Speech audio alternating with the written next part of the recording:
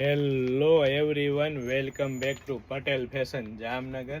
હું છું તમારો હોસ્ટ એન્ડ દોસ્ત મિલન સંઘાણી. જય શ્રી કૃષ્ણ. ખાસ મારી બહેનો માટે જયપુરી સાંગાનેરી પ્રિન્ટમાં, અને એ પણ મારી બહેનો બાટિક ડિઝાઇનમાં, પૂણું મખમલ જેવું બાટિક ડિઝાઇનનું કાપડ રહેવાનું છે, અને સાથે સાથે 3/4 સ્લીવ રહેવાની છે.